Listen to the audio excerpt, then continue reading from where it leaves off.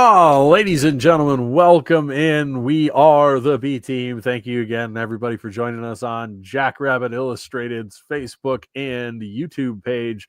As always, we are brought to you by our title sponsor, Kubota Dealers of South Dakota, with 9 locations across the great state of South Dakota.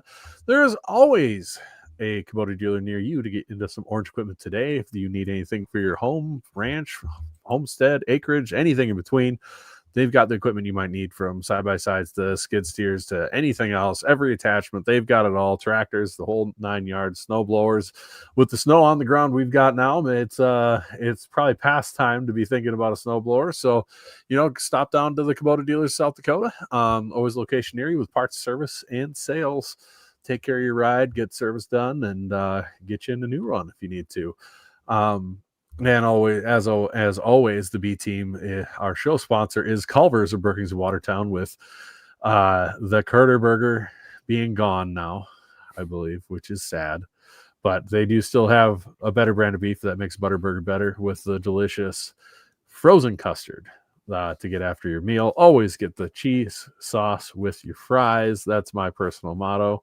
But they've got pretty much everything under the sun. Rumor is they're getting mac and cheese on the menu, I've heard, so that'll be exciting when that drops. But yeah, they're fantastic. I think it's probably getting time to be their Culver's chili season too. I think they make a chili, so that'll be coming around.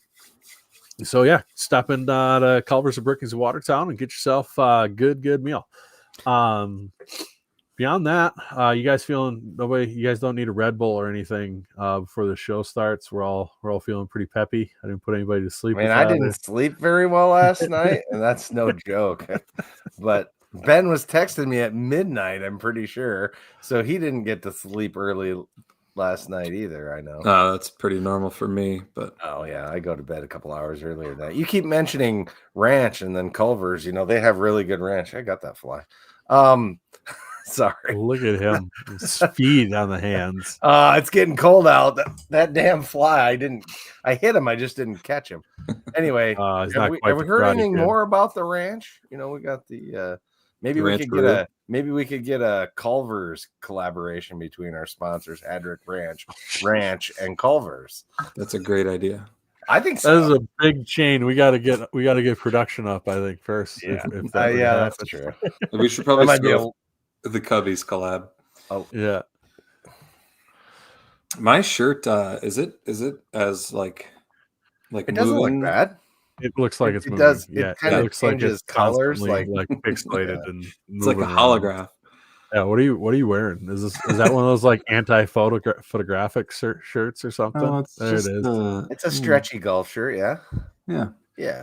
Of course he is. What were you at? You look like you're at a committee meeting or something with that shirt on at this time of night. Just work, man. Haven't changed since work. Way to settle in and get comfortable when you get home. Yeah. So, as we are avoiding talking about a game happened this weekend. Hey, it happened. It happened. It did happen. That's the best way to put that out. Jeez. Ron is just Ron really wants us to talk about like playoff scenarios and everything. But no, we're not going to do that on this podcast. Well, maybe when we talk about the rankings a little bit, but no, we should probably address the elephant in the room, the loss to the USD. First off, let me say that number one, Jack Henry played his ass off. Absolutely. And hats off to him. It's not easy to do what he did. And the other thing I want to say is that I'm not as down as some people are. It's bad timing, obviously, because we just lost to NDSU and then Indiana. The Indiana State loss is way worse than this one, by the way. Yeah. But terribly. The reality is number one, USD is a team on the upswing. Number two, like we said, even if we were a team that was dominating this year, we beat NDSU, we beat Indiana State, I still wouldn't have been surprised if we went into the Dome and lost by 7. Because we talked about on the show, that's just how games go against them, especially in Vermillion. Yep. And so when you take that perspective, it doesn't hurt as bad. Now, was I disappointed in the loss? Of course. And I think what I'm more concerned about is some of the things that we showed against USD where, we, in my opinion, should have done better and would have won if we did them better. And that's the more concerning thing going forward for me is not just this loss, but what do some of those things mean for us going forward?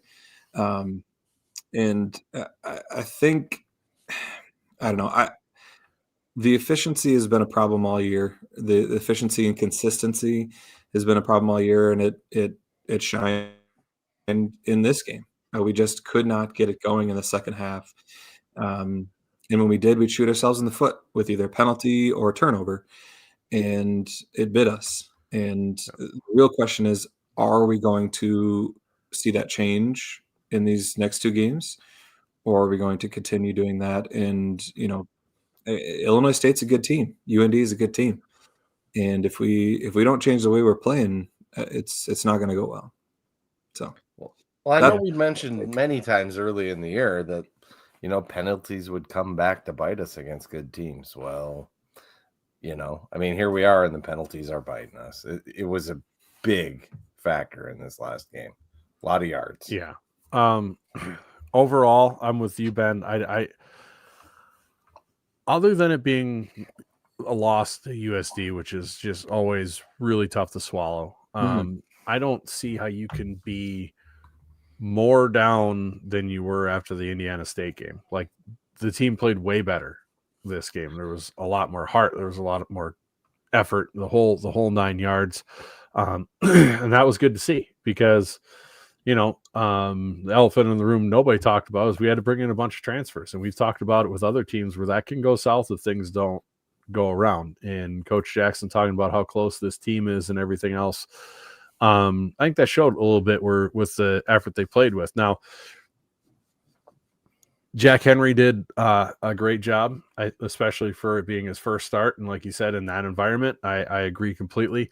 But in the end, after the first play, the offense and the offense was okay in the first half, but second half really struggled.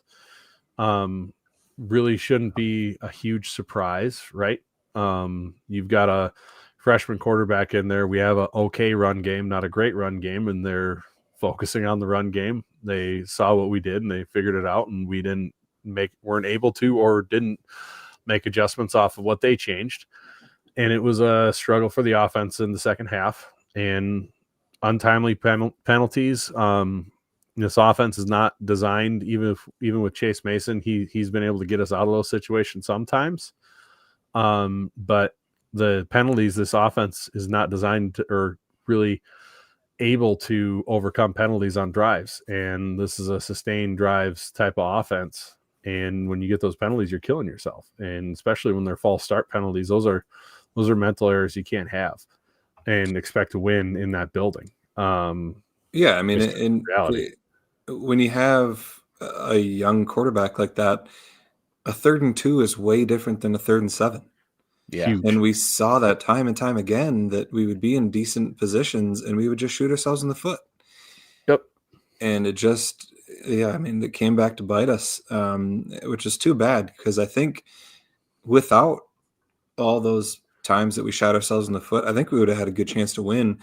And it would have been, I think it's interesting because if we would have won that game, we would have said, man, how did we win that game with all the injuries we've had and all these things? Right. But then we lose, and then that's not even talked about very much, except for the people that are being reasonable about it. Right. And so it's just interesting how they, the outcome defines the narrative. Yeah, and it's tough too. The defense is good, but I mean, it's not a fair thing to expect them to be 2023 defense or even 2022 level of defense, this year with everything that's happened. So, it makes it tough. And like you said, nobody should be shocked. We always have struggled in that building going back to this whole D1 era. You go back to when they had terrible teams and we had teams that were in the hunt for playoff seeds, and lost down there. It's happened before. This is I was dogging on USD all year. I'll be the first to admit it. They're better than I thought they were. I'll give them credit. They're better than I thought they were. Well, I think they've got continually better as the seasons went along. I think that's a big factor. Yes, they've improved a lot. They are not the same team that lost to Lamar. Yes. Yeah. I think if they play Lamar now, they win by 10 to 15 points. And credit to Johansson for that, honestly. I mean, they did not look that good to start the season, and he was probably pulling his hair out. And now, hey, come on! No, he did. The guy actually liked that tweet and commented on it. Got mad props to that. Who, Johansson did? Tweeting. Yeah. I didn't see that. Oh, I'll have to see if I can hilarious. find it. Good on him. Good on him. That is great. But no, it is credit to him. He's done a good job with that team, and they lost a star player too, and they've luckily had some depth behind him and were able to absorb that loss and run with it. And so I was impressed with LJ Phillips, obviously, but Aiden Bauman played a good game as well. Daryl said the Thumper's going to hypnotize Ben shortly, like he did to Borg. Yeah, it's possible. I might. I think I officially take the number one spot for most boring host if I've put one of my co-hosts to sleep. That's an auto bid. You can't bounce back from that. That was my Indiana State moment. I mean, you're also podcasting at 1 a.m. Like, it's reasonable for people to fall asleep at that time. No, there's no excuses in this. You got to just wear it. But Lord knows I've dozed off to that podcast. Yeah. I wonder if that's what half the viewers are. They just fell asleep in front of their computers. I'm like, man, guys, you're not going to believe how many people were on. It's crazy. People are on at 1 a.m. They're all sleeping. They're like, yeah, whatever. I'll wake up. We'll feed his ego. We'll feed his ego. Ratings. Yeah, that's right. still listeners, watchers. Yeah. I will say, when I look at this game overall, realistically, the NDSU game and the Indiana State game and the NDSU game, the team was no shows. And I think this is encouraging going forwards. I know, there's definitely, there's a lot of urgency to the season now, but I see the team come out and play well. You don't want to say super well. The offense wasn't great or anything like that, but, showed heart and came to play. I think that's really encouraging, especially if you can get Chase back for a game or two here, which I think will happen. Maybe if it doesn't happen, Illinois State, I think it happens for sure for the UND game. Just based off of what my absolute shot in the dark guess is at what he's dealing with. So I definitely don't think the season's over. If anything, I'm more encouraged after that game than discouraged. Yeah, I mean, I would say they showed some heart and some fight that they didn't necessarily show against NDSU and Indiana State, which is really good to see. Chad's shown Coach Johansson's reply. Somebody said, might be time to lose the hair, buddy. Clayton. Yeah, third and Clayton. And Coach Johansson replied, now this is a tweet I can get behind. Never give in. I love it. The best. That's funny. That's funny. I love it. Good for him. That is good that he was a good sport about it. Yeah, he was. So, gotta give that guy credit. The other thing I wanted to comment on is just I think that what you're seeing, with a team like USD playing like they did, and as Chad's showing the standings here, it reminded me that I wanted to talk about. I think there's more parity this year than we thought there was, outside of 7-0. But okay, let's talk about people have been close to that. You're probably got a good point. In the last 2 weeks, they beat Youngstown State by 8 at home. Youngstown State's not even in the picture on this Missouri Valley list. I got to scroll down. Yeah, they beat UND by 5, and we thought UND was a really good team. We'll see how they finish out the year. So I guess my point is, I mean, obviously NDSU is the number one. I'm not saying that's not the case, but I think my point is that I think there's more parity than we thought, after week, 2, 3, and 4. We were thinking, well, there's a clear top 5 or whatever, and it's just going to be those 5 and nobody else. But I think within both the Valley and the whole FCS, there's a lot of parity this year. And I think a lot of it's due to the transfers. I think all the turnover, coaches leaving, transfers coming and going. It's hard to have that consistency year over year, and I think you're seeing that effect. And we're probably going to see more of that as a whole across the subdivision. Yeah, not to the level that not to the level that we saw this year. No, but I mean, but yeah, the transfers as a whole. I mean, year to year, it's just going to be. It's not like it was, that's for sure. No, it's not. But no, I'm kind of excited. In a sicko kind of way, I guess, that dude, we're this brings me, felt like, when you're winning every game and stuff, that nerves and the amped upness kind of goes away a little bit when you're in the stands, and we're gonna have that feeling of snapping helmets and Chad losing his noodle in the stands and pre Mark Gronowski, really. Right. This is once Mark showed up, we were like, well, we win all the time. Like that's what we do.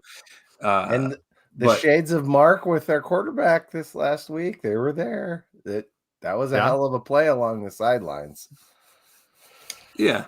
I mean, I think you can make the comparisons there, but like you said, though, I mean, and we joked about it, especially during the 2023 season, that it was kind of a victory lap. It was like, well, we know we're going to win basically every game by a lot, and it was just at times we were like, what do we even talk about?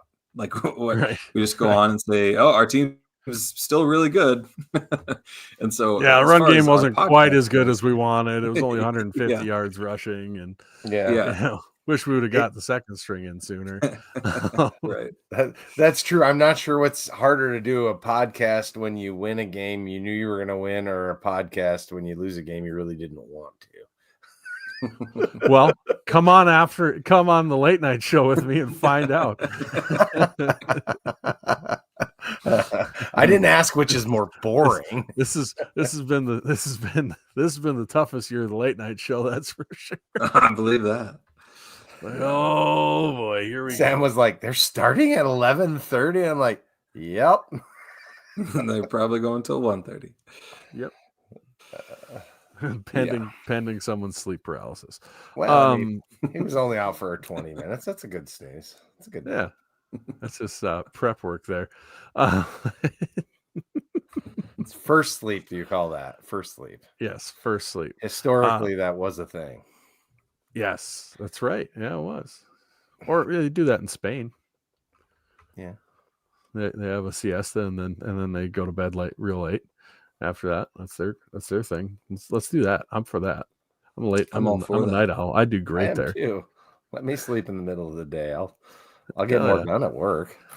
Right. But anyway, do we have anything else to say about this game?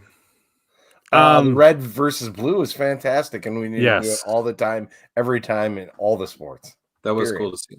End of story. Yep. Yeah, that was awesome. I was going to say, it's cool that they were actually listening to what the fan bases wanted, and I would hope that they can do it without needing decree, although I'm all for having a decree. It's only been asked for, I don't know, for a decade now. Right. But I think we got the right teams on both sides to make it happen. I think as far as the equipment managers and so forth, coaches, staff up and down. Mm-hmm. Yeah, so Jim wants to start with wrestling. Funny guy. I like where your head is. Yeah. Speaking of other sports, though, number one, congrats to the Jackrabbit soccer team for making the NCAA tournament. Looks like they play against Iowa. I don't think the date is set yet. I kind of think Mark will be at that game. Yeah, I would think he'll show up for that with Carolyn. Yeah, and also today they announced that they got the lead gift for the new soccer stadium. So that's very cool. That is really excited about that. You got the potential. I mean, they got the hike and spike thing they do. You could do it with soccer games and just walk across the parking lot over to the soccer game, which I think will be pretty cool, or vice versa. Yeah, that'd be cool. I did hear though that we talked about whether it's going to be straight east of the Dike House. I heard it's going to be a little further east. There's like a creek. It's supposed to be like on the east side of the creek. Oh, what? Oh, really? Yeah. Like way over there. Like north of the PAC parking lot. Not north of the PAC. North of the PAC parking lot. It'd be like way over there then. Well, that's not really what Tim reported, but which would mean the intramural fields would stay there. But that's, I don't know. Not sure how much validity there is to that. But anyway, very cool. Let's go over the Missouri Valley standings. Well, first, we got to thank our sponsor of that, Cubby's Sports Bar and Grill, downtown Brookings, the #1 sports bar in South Dakota. I'd say in the entire Missouri Valley, it's probably the most well-known one out there. It's got roughly 30,000 TVs, wall-to-wall TVs, the best place to catch the Jacks game if you're not able to get there. Go down for a beer before the game and then head to the game, get out of the warm. Don't be soft, go to the game. But get your beer, your Chislic, your cheese curds, your nachos, burgers, everything else. Cubby's is the place to be just for anything. They had the selection show for the soccer team there this week. And on Thursday, they will be hosting the party to raise money for Northwestern Mutual and Chase in the Lemon Top Challenge. And Chase will be down there and everything else. Aiden Bauman already hosted his, so now we're going to host ours at Cubby Sports Bar and Grill. Head down there to take part in that, do Lemon Top Challenge. All sorts of other fun events are going to be going on during that. So head down to Cubby Sports Bar and Grill for that. They will be doing so it should be awesome. It's going to be a fun fundraiser. Get to meet Chase and the whole gang there. So head down to Cubby Sports Bar and Grill for that. Obviously, we can see Chase is $220 behind. I think we can close that gap fairly easily. So let's make that happen and get him in the lead for that as well. But head down to Cubby's on Thursday for a great cause for his lemonade stand event that he's got going down there to raise money to fight kids' cancer. And if you're the joker who on Twitter got all offended that Jim said you're either for cancer or against cancer, and if you're against cancer, donate money to fight childhood cancer with Alex's lemonade stand, don't be a donut. Don't be like, if you're that, Jesus. Good. Oh no, but what do you mean? Nobody's against. Nobody's for cancer. Or how about this? Watch our show some more, and it'll make more sense to you.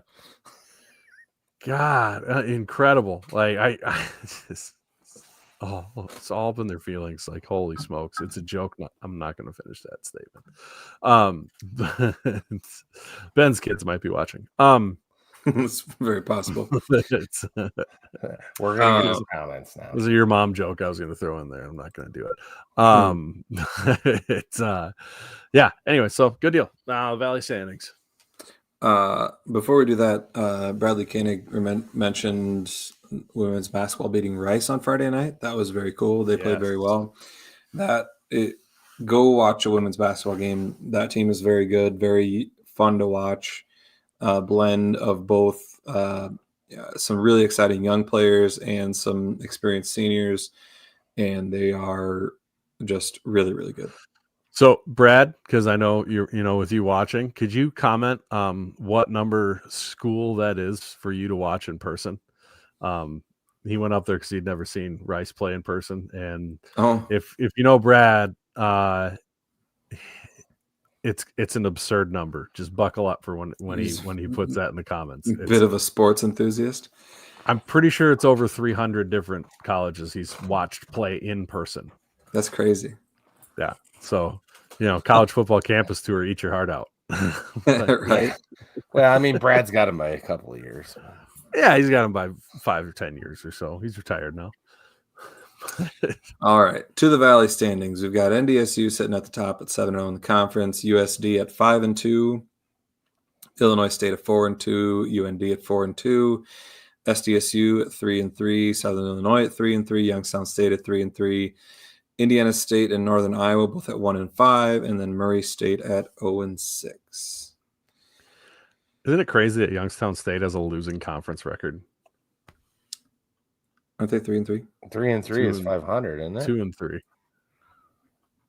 Oh, it's away. I'm dumb. Never mind. I was looking at their away record. I've been duped by myself. There you go. There's your number. 609. Good God, what? Brad. What? He has seen 609 Division 1, Division 2, 3 MAOA junior college. NAIA is probably. Yeah, I think he means NAIA and junior college. That's crazy though. NAIA, not MADA. He's too busy watching me. He's trying to type like got a bit of the chads. Yeah, that's man. There needs to be news stories about you, man. That's so cool. That is cool. But yeah, so these Valley standings, it makes for some interesting playoff conversations. Obviously, the bottom 3 are out, but everyone else in that list is eligible, and it's going to get wild in these last 2 weeks here. Yeah, Sam Herder just posted an article of the 10 biggest remaining games with FCS playoff implications, and he's got our game with Illinois State, then Lamar, then USD at Southern Illinois, then UC Davis at Montana State, Harvard, Yale, Lehigh Lafayette, Southern Illinois at Illinois State, us at North Dakota. I mean, half of that list is Missouri Valley teams that are all going to potentially be on the bubble. Someone's going to be on the bubble, and they're not going to make it, and they're going to be mad. Someone is going to be in their feelings about it. Yeah, it's going to get wild. And like Sam Herder laid it out, and the Blue Bloods talked about it too. If we happen to lose the next 2 games, and we're sitting at 7-5, we'll have one of the better, or probably the best 7-5 resume out there. But people are going to be real mad if we make the playoffs after losing 5 straight. To be honest, I wouldn't blame them. Oh, I know it's reasonable for sure, but it's you can make the argument both ways. Yeah. Yep. It is. It's interesting. Jim, you say we are not in with 7-5. Just realize it, but I don't think we are. We used to get in with 7-4, but things have changed. Yeah, I think I know that 7 wins doesn't guarantee you anymore because it's a 12-win season or 12-game season. But you have to look at the rest of the FCS and what you have for options. Come on, Garrett. You want more football. I don't care if we finish 7-5. Come on, Garrett. Jeez, come on. I know. I get it. I understand your point. I know you're thinking that we're not deserving. That's I know the not frustration. True, that's a frustrated comment. I get it. Well, but I've been the biggest pound the table. 7-5 is not going to get you in this year, guy. But when Zach McKinnell's like, I think they might get in. Yeah. You got to listen. So, yeah. And I think it depends how these next 2 games go. Right. You get blown out, and you get blown out. It'll be different. And the Chase Mason factor too. Like, let's say he doesn't play this weekend and we lose. And then let's say he plays next weekend and we still lose, but we play decent. I think that will factor in. They'll say, well, they have Chase Mason back now. Like, and whether that should be factored in or not, it will, because they'll look at, why did they lose those games? How did they lose those games? And there's obviously a big reason why. Yeah. So Ron said, FYI, there aren't 24 good teams. I am so effing tired of hearing that all the time. Even if you're right, who gives a shit? Who cares? That's why we play the playoff situation we do and not what they do in the FBS. Like, clutching our pearls because, there's not 24 good teams. Okay, so there's what, 22? 20? Oh, there's 4? Where are we drawing this line here? Like, 24 is the perfect number. Oh, but there's bad games and there's blowouts. Look at the FBS allowing 4 in. Half of those games were dog shit blowouts too.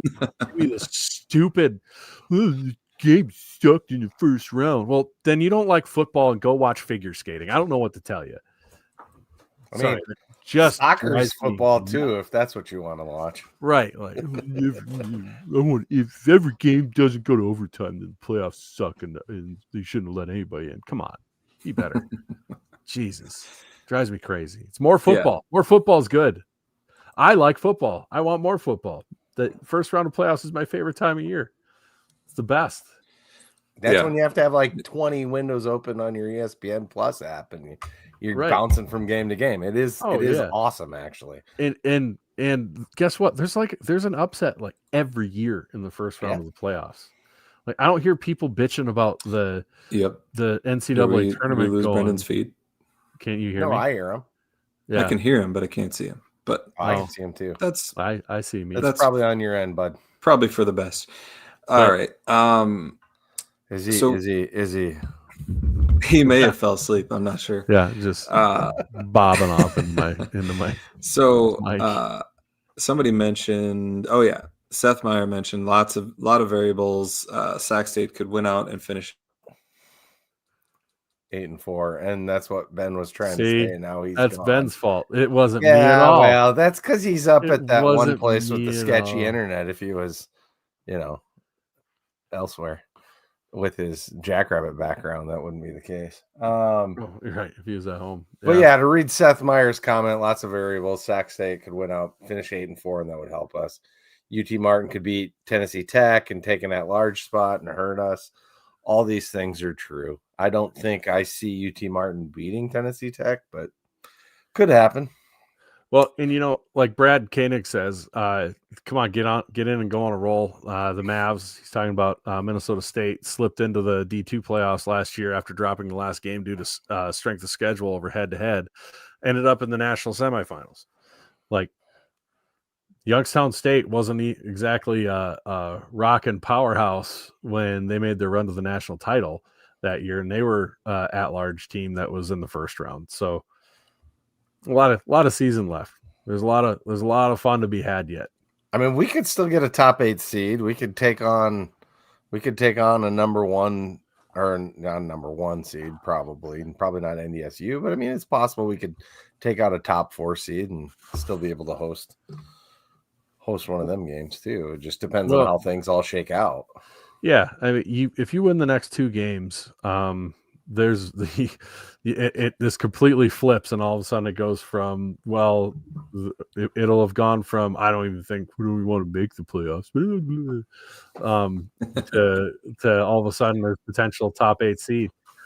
Zach, if we get sent to Tarleton, that's the only way they can't run away from.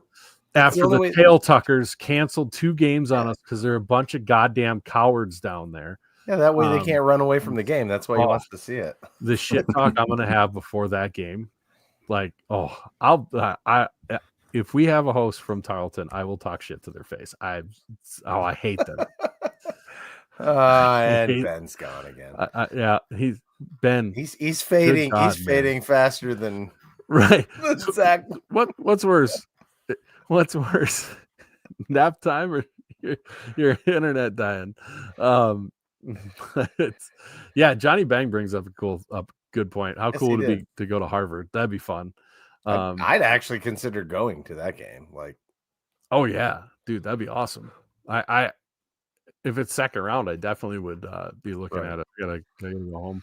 Well, the interesting thing is I've committed now to going down to the Nebraska Iowa game, so I won't be available that weekend if we end up playing. So right.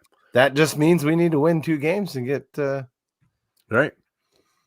It starts this week. You win the game this week. That's what matters. Let the flow, Brendan. I think he meant let the hate flow. Yeah. Hey, Ben's back. Is he though? I see a white. Is he really back? Is he back for real this time? Oh man, it's just struggle. Brookings internet. Man, brutal. You don't have like gig internet up there? Mm-hmm. I mean, I got fiber at my house, but I ain't got the same speed as Brandon. Oh yeah, MediaCom.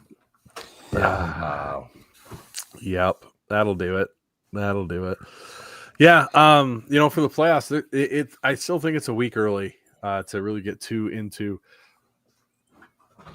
where, who you might play and all that stuff. I will say this, with the losses happening towards the top, Harvard is making a real case to be a top 8 seed. It'll be interesting to see how they handle the 2 less wins thing. But I think there's a real chance Harvard. What a year, really. If you look from an FCS wide perspective, look at this top 10, right? NDSU, Montana State, Montana, but then Lehigh at number 4.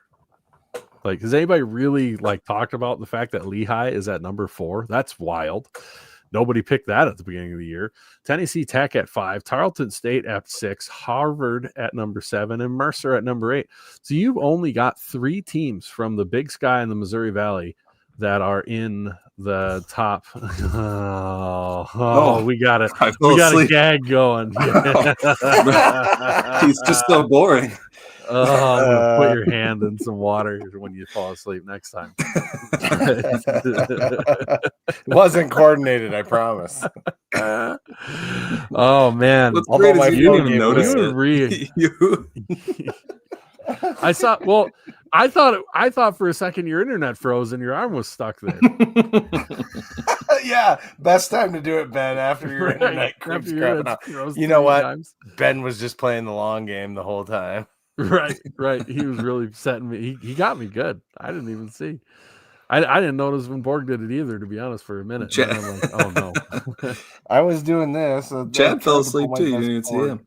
Yeah, I know. It's okay. Nobody pays attention to me. It's probably for the best. You boobs.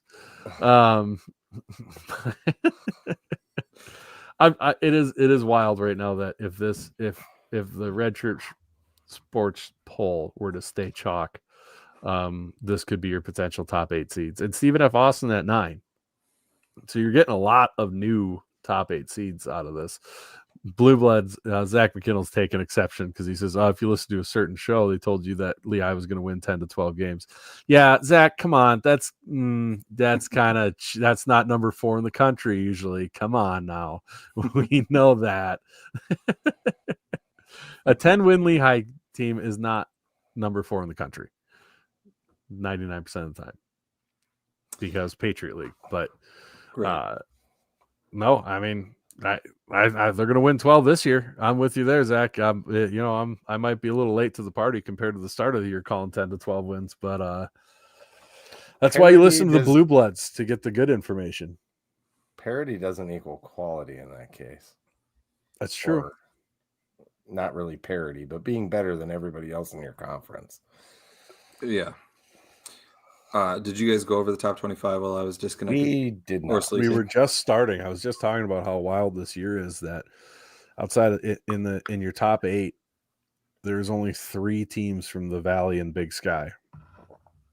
And that is crazy. The only 2 teams that could creep in is Davis if somebody loses in front of them, or us if we were to win out. In maybe you slide up in there, but right now I don't think so. Wasn't it going to be 2 weeks ago when we had 5 Valley teams in the top 11? Right. Yeah. But that might just be proof of how tough the Valley is, right? I mean, honestly, across the board, maybe we're a little better than we think. Another hypothetical win for the MVFC. Yeah, there you go. Yeah, it depends who you ask. It could also mean that the most of the Valley is not that good. It could mean we'll get to find out. We will find out. We'll get to find out. There could be. I mean, those are potential fun matchups. I mean, imagine SDSU going to Tennessee Tech or Illinois State going to Lehigh or something. Oh, now we got cats, we got sleeping people, we got frozen. Man, no going that off in the middle. This is a kids show. Put that thing away. Well groomed though. He's gonna close your window, stepping on your keyboard. Yeah, it's gonna be awesome. And Ben magically grew another arm. Yeah. Anyway, is Ree just standing behind your monitor waiting to grab the cat or anything you might need? She was doing laundry. Is she doing it right behind your monitor? They're wondering if they were like right behind, just waiting. You were just waiting to intervene. Assist with hijinks in grabbing cats. No, I'm excited about the playoffs for that reason. That like, I'm going to consider going to an away playoff game if I've got like an open weekend. And and how much fun would that be? Like somebody mentioned going to Harvard. Like that would be so much fun. Sick. Yeah. How close do we think the brawl's going to be? I think it's going to be a close game. You don't think so? No. It's a rivalry game, so I feel like it will be. Yeah, it's a rivalry game with a history of blowout after blowout for the last 2 or 3 years. Like that hasn't been a close game. But is Montana? How good is Montana? Team. How good's Montana State? I don't know. Either one. They're winning by $1 billion. They're winning by $1 billion, but you know how many currently ranked wins they have? Yeah. 0. Alex brought it up in the chat. Like they Eastern and I'm not saying and hey, they are absolutely better than SDSU is right now. So Ron, don't come after me here. But like the Big Sky hasn't exactly been a huge test for teams like this year. That's where I'm with Zach McKinnell when you see all these Big Sky accounts coming after people like, what's Tarleton State's strength of schedule? Like about what yours is. The Big Sky kind of sucks this year. Like, can we be honest about that? Like there's 3 good teams right now, and maybe Sac State squeaks in if they keep winning. Like, I want to go to Presbyterian. I was so happy that Presbyterian lost. That was the best. I was too. That kind of fixed some things. I had 2 dreams. Either they made the playoffs and just got ass blasted by Mercer or somebody, or they lost. Quit bringing up Rev's cousin. Oh, there it is. Jeez. Anyway, no, for those that didn't see the Montana game, they needed a Eastern Washington to, instead of spike the ball, fumble the ball, and then not get a chance for a last-second touchdown. Yeah, Tim Rosario says these Valley elitists. Apparently, he only caught the back end, and then he didn't hear where we said maybe all the teams suck except for NDSU. Right. Yeah. But so to the top 25, NDSU at number 1, Montana State at 2, Montana at 3, Lehigh, Tennessee Tech, and then no Valley teams in the top 10 other than NDSU, and then we've got UND at 12, Illinois State at 15, Youngstown State at 16, USD at 19, SDSU at 20, and Southern Illinois at 23. I said this on the late night show, but is UND the new UNI? Yeah, maybe. They've got 1 ranked win, and they're basically ranked because of their close losses right now because they looked really good. And guess what? Here's what adds to them being UNI. We're going to play them at the end of the year when they need to win to make it into the playoffs. Does that sound right? They play in a dome. Against the wall, and they play in a dome. Yeah. So, and it's hilarious. To me, because they the Cavala fan bases that hated UNI because of exactly that. It was UND. But yeah, McKinnell saying, how about Mercer losing to Presbyterian in week 1, and now they're probably going to sneak into a top 8 seed? Who saw that coming? Dude, I had written off that whole conference. I was like, you guys lost to Presbyterian twice. You don't count as a football conference anymore. You are now relegated to 1 team, and that's it. Now you'll probably hear me stumping for Western Carolina to make it into the playoffs because they deserve it. Teron Dickens is just ridiculous. The urge to say his first name is Taron instead of Teron with his last name just really kills me on this show because that's what he's doing to the defense. Reminds me of a show I watched once. To be fair, I'm talking about a cartoon called Adult or what's it called? Aqua Teen Hunger Force. Sorry. I kept thinking Adult Swim, and I was like, well, it's on Adult Swim, but that's not the name of the cartoon. Yeah. But yeah, UND, I mean, they've got Murray State next week, this weekend, so presumably they'll win. But after that, that'll only give them 7 wins, and their resume is not very good. Yeah. So Seth Meyer summarizes it very well.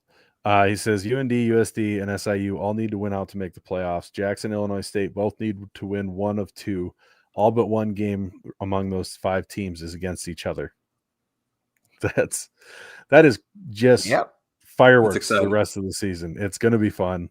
And you know what? Why not? Why not the Jacks? You know, before the UND game, we were pretty sure USD was dead, cooked, toast, and out of it. You know, they were done, and all of a sudden they beat UND, and now they're above us in the rankings, you know. So it's I don't know, Timothy. I don't know. Is Timothy Rosario asks, is Kaminsky even good? Just throwing it out there. Early in the year, it looked like he was. Maybe he's just running out of steam. I don't know. Yeah, boy, this is gonna be fun.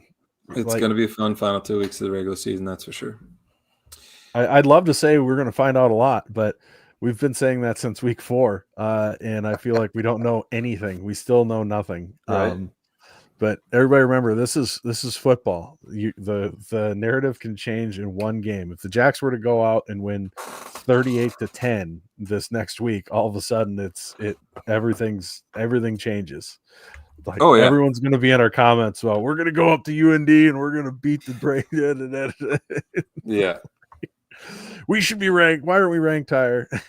It'll be the whole thing. Yeah, I mean, especially if I guess either way. I was thinking if Chase Mason comes back, we win by 30 somehow. Yeah, the narrative is going to change real quick. And attitude. I guess you can show up at Cubby's and ask him yourself on Thursday whether or not he's going to play. Oh, good call, Chad. Hey, you want to maybe if you make a big enough, see if Chase is playing. A big enough donation to Alex's Lemonade Stand, he'll tell you. You make it. So Chase sits there with NDAs sitting on the desk where he's sitting, or the table he's sitting at. You have to sign an NDA and pay $100 to Alex's Lemonade Stand, and he will tell you if he's playing. I like it. We will make this is a great way to raise $4,000. money. You'll make $4,000 that night. Just Kristen Hofert or Chris Schenkel, if you guys are listening, that is a moneymaker of an idea right there. Because how many times have we got asked by everybody and anybody? Oh my God. I have dudes emailing me from Chicago or text messaging me from Chicago. Is he playing? I'm making bets. I want to know. Dude, you know who I'm talking about, so I don't have to name him. I'm not here for you to make your wagers. Get out of here. Gambling's ruined college football. All right. Well, let's move on to the game that we need to worry about this week. Illinois State's coming to town, and they're coming off a big win against Indiana State, 52-20. And if you remember, that's how much we were supposed to beat Indiana State by, but we lost Indiana State by 12. Now, transitive property doesn't work like that, but Illinois State is – what's that? I said, thank goodness. Right. Yeah. I mean, Illinois State's a team that, they beat USD 21-13. Outside of that, though, I mean, and I guess you can call that. I think they weren't ranked. USD may not have been ranked at the time, but now they're ranked. And so, how good is Illinois State? I don't think we really know. They seem really good sometimes, and then they seem really bad sometimes. The offense is generally very capable of being potent. They've got a lot of receiver talent. They've got a good running game. Their defenses look super suspect at times. I don't know. And here's what I can tell you about that. If we have 19,000 people in attendance making noise, we can affect that. Right. Yeah, I think it was Jesse mentioned earlier, fans need to show up, and it's absolutely true. You ask around, you'll find tickets to this game. And if you can't find tickets, I know there's the $10 ticket deal. So it's just get your butts in the seats. It actually looks like it's going to be a decent day out. It's going to be a lot warmer than it is right now. So come out and enjoy the nice weather for one more game at home and support these seniors and make a difference. I think this team needs the fans right now. I mean, they need us to be there, be loud, and support them. Because I think, they're not to say that, they're not mentally tough, but after 3 losses like that, a team can get a little mentally fragile. And, things, for example, if things start going poorly early in the game and the crowd's not into it, that makes a big difference. And so I think the fans can definitely make a big difference in this one, especially with where the team is right now. You took the words right out of my mouth, Ben. There's no game this season that you can have more of an impact than right now. This game, you can make all the impact in the world. Just either it's the effect you can have on the team, you could say, well, you're out there to play football, the crowd shouldn't matter, whatever. These guys are still human. Like there's a feeling when they run out on that field. They interview them all the time, and they say the feeling when I run out on this field is incredible. It's one of their favorite parts of being a Jackrabbit is running out to a full stadium, screaming loud. And man, I've always wanted a late season packed house because the late season crowds are the wildest, and you will have the most fun at these late November and then into the playoffs games. They are the best. They are my favorite. You'll have so much fun. They've got the Bleacher Bum promotion going on right now. If you don't know a season ticket holder who can hook you up, get to this game if you can. It's going to be a blast. We look back on, say, a season that feels eerily familiar for some reason, like, I don't know, 2019. Let's just pick a year, 2019. That sounds like a good year. Not that you've been picking that one all year. Hypothetically. Since the NDSU game. Lose the NDSU, and there's a win against Missouri State in there, but that's back when they were Misery State. And then lose to Illinois State at home. But then UNI comes in, and I remember before that game, I think that might have been our first year doing this. And it was actually. We were like, ugh, this might not be good. They got a really good defense and all these things, and Jabori's out, and the offense hasn't looked great, and come out and win 38-7. That's what being a fan's all about, showing up, being loud. This team absolutely can win this weekend. They have the defense to be able to slow them down. I do truly believe that we do match up all right with their offense. And with Jack Henry, there was, the offense wasn't spectacular, that's for sure. But it wasn't inept like we were against Indiana State. There was signs and there was things that were good. And you know what? If Chase comes back and he's slightly immobile, Ben, you brought this up earlier today, about Jack Henry packages. But what if Coach E gets really, really creative and goes Montana State when they had Chambers and Malott and put one of them out at the wide receiver once in a while and would throw a double pass to them, or you can throw that wide receiver screen to Henry. He's athletic enough. I mean, I could see there's potential that it could be really fun. Especially if Case comes back. But, I think they might turn Henry a little more loose if he is playing this game. Just after how he played against USD, I think they might turn him loose a little bit more to take advantage of defenses really hounding the run game.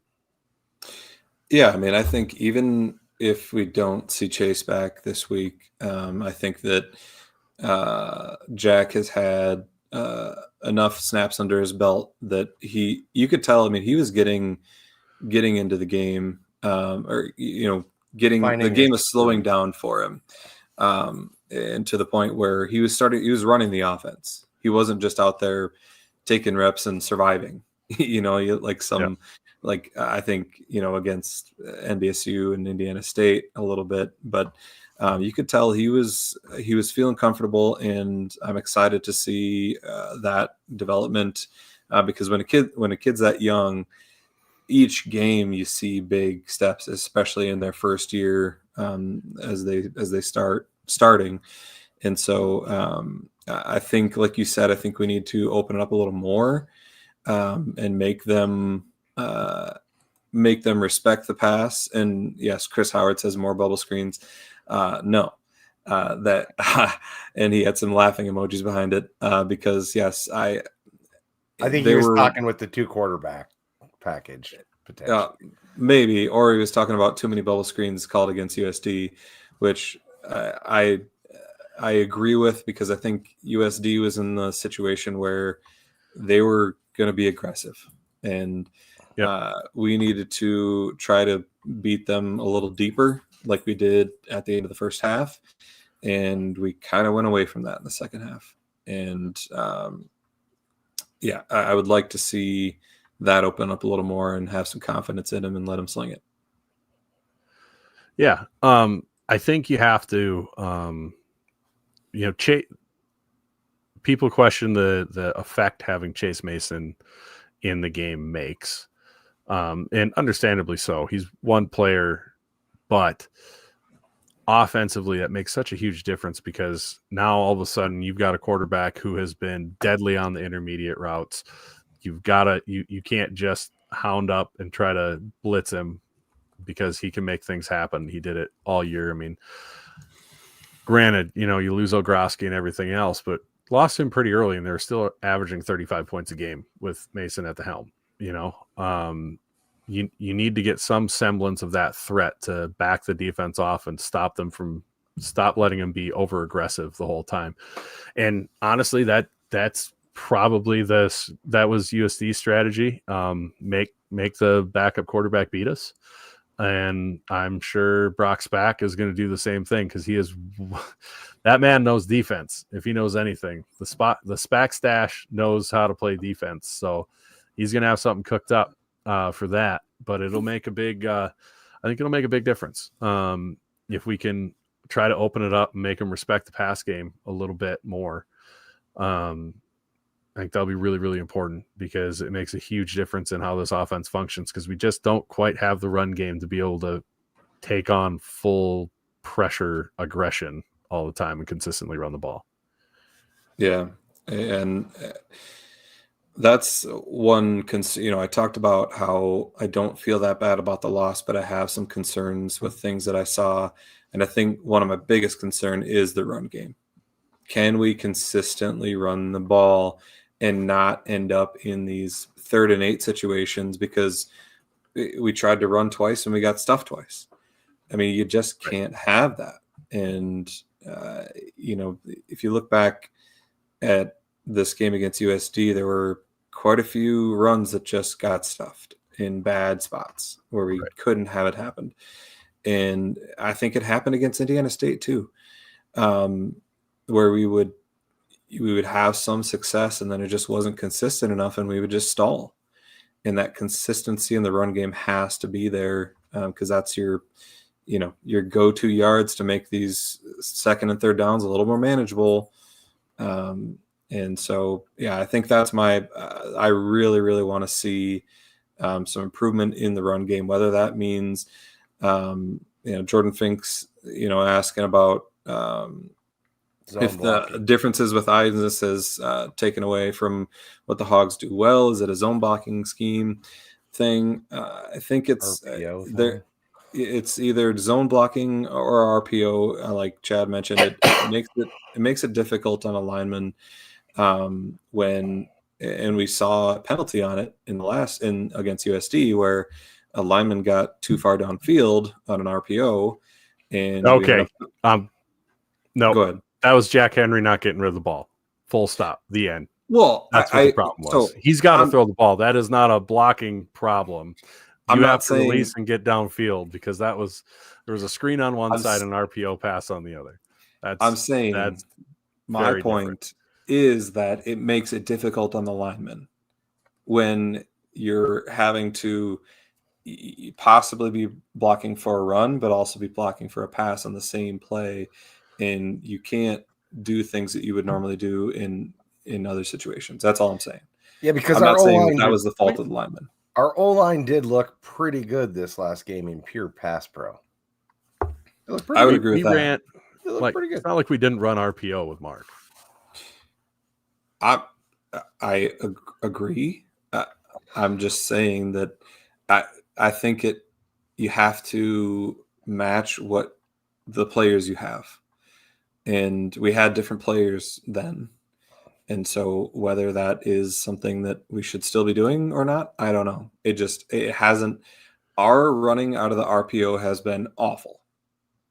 Our best runs have been straightforward runs. They've been power runs where we haven't had to worry about the RPO.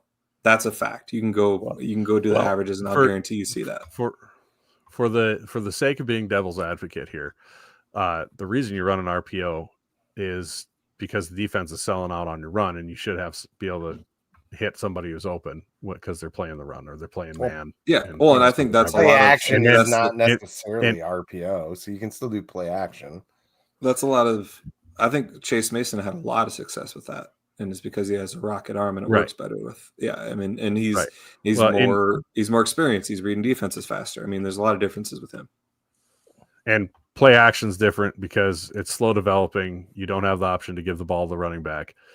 And we, especially early in the year, have given up a bunch of sacks. And if they're blitzing in a play action, you got some problems. If you've got a young quarterback who doesn't recognize that's happening.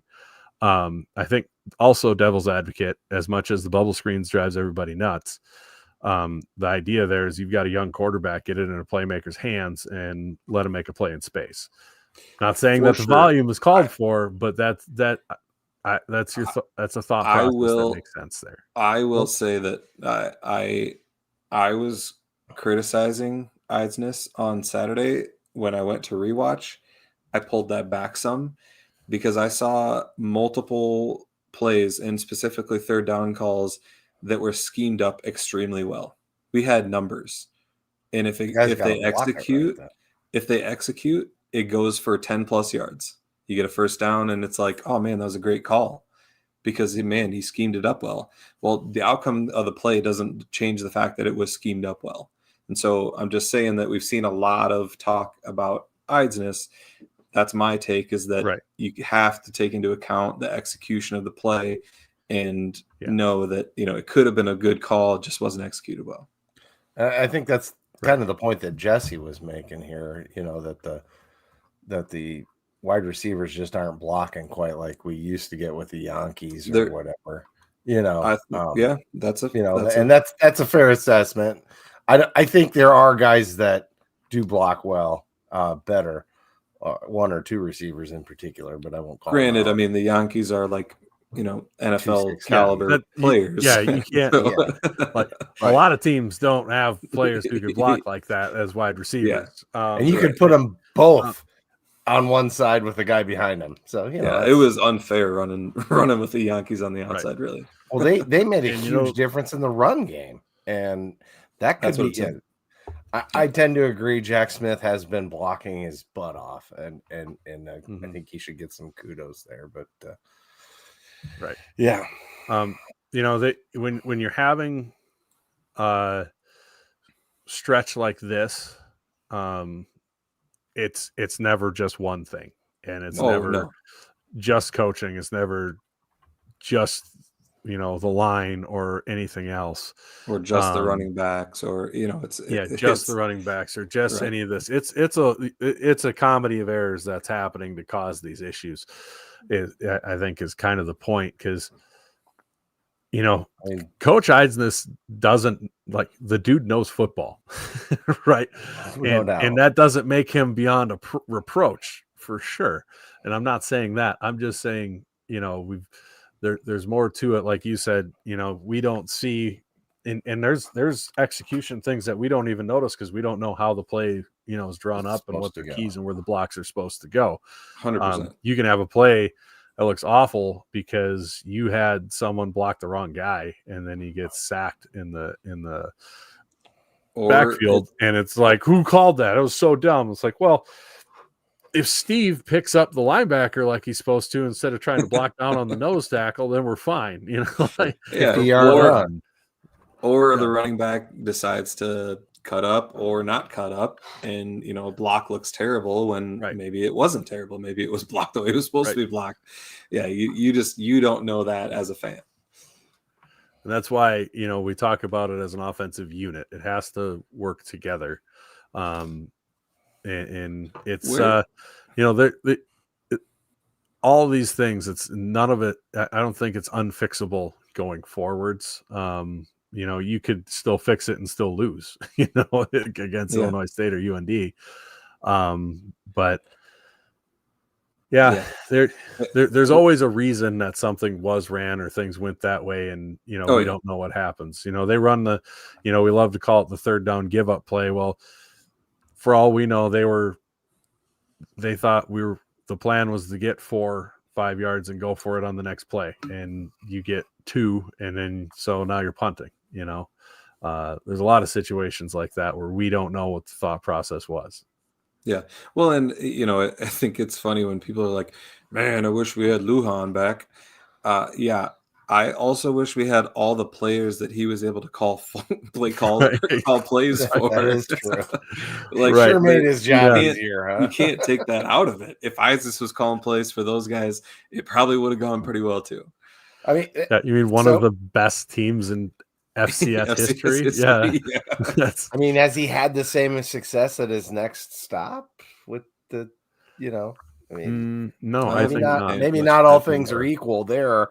I'll lament that, or I'll give you that, but you're gonna lament it. Yeah, I said the wrong word. Is it sad?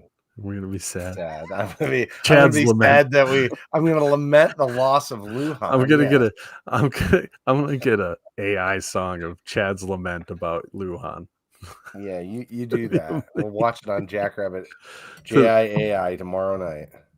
To the tune of the wreck of the Edmonds Fitzgerald since it's November. Which I love that a USD fan called that out. Like, good on you for recognizing the time of year. However, you're off by 2 days, dude. Shut up. Right.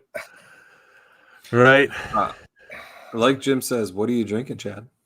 I am drinking a Wooden Legs beer. They're our partner this year, our sponsor. It's the Uncommon IPL. It's got that great hoppy character you would see in an IPA, except for it comes in a lager, so it makes it even better.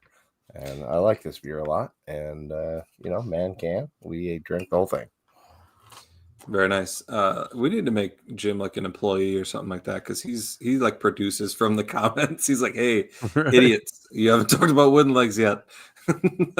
No, I like put it up. Never mind. I know you did. I saw you put it up before, but it's been down in the scroll for like 20 minutes. But I know. I'm just giving Jim props.